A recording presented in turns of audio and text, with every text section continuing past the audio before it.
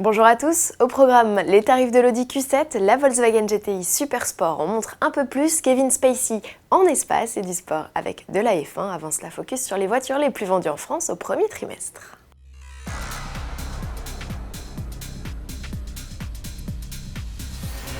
Le marché automobile reprend des couleurs. Si l'on est encore loin des scores de la période 2000-2010, les 477 326 ventes enregistrées au premier trimestre 2015 offrent une vraie bouffée d'oxygène après 3 années de crise.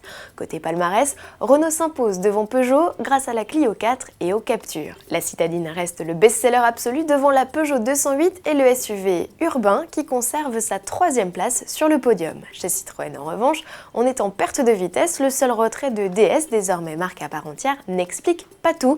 La marque premium de PSA peine d'ailleurs à se faire une place sous l'ombre des poids lourds Audi, BMW et Mercedes.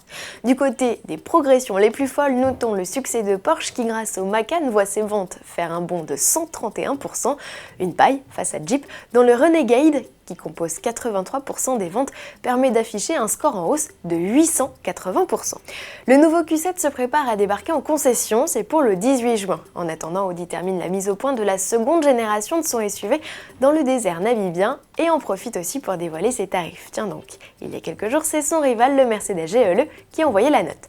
Question prix, justement, les deux modèles jouent quasiment à armes égales. Notez que le Q7 n'est d'office proposé qu'en transmission intégrale. Comptez 63 500 € pour le 3 litres TDI de 272 chevaux, soit 900 € de moins que le GLE 250D. En essence, le V6 TFSI de 333 chevaux s'affiche à partir de 67 800 €, c'est là 1100 € de plus que le modèle à l'étoile. L'équipement est lui équivalent avec de séries climatisation à ion électrique ou encore accès et démarrage main libre. Comme Mercedes, Audi proposera une version hybride rechargeable du Q7 dont les tarifs restent encore à définir. Parenthèse SUV pour parler de l'espace, Kevin Spacey en sera l'ambassadeur. L'acteur américain va vanter les mérites de la 5e génération du modèle tout en évoquant sa carrière. Le film publicitaire sera à découvrir dès le 15 avril.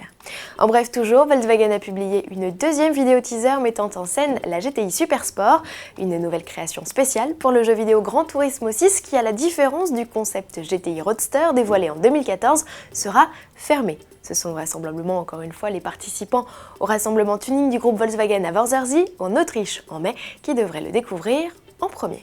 Sport pour finir avec la victoire de Lewis Hamilton au Grand Prix de Chine de Formule 1. Le Britannique s'impose pour la 2e fois de la saison devant son coéquipier Nico Rosberg. Sébastien Vettel, vainqueur du Grand Prix de Malaisie, prend la 3e place. Enfin s'ouvrait ce week-end la saison d'endurance avec les 6 heures de Silverstone, épreuve dominée malgré une pénalité par l'Audi numéro 7 de Benoît Tréluyer, Marcel Fassler et André Lotterer. Le podium est complété par la Porsche de Romain Dumas, Neil Jani et Marc Libre. Anthony Davidson, Sébastien Buemi et Kazuki Nakajima à bord de leur Toyota montent eux sur la 3e marche du podium. À demain!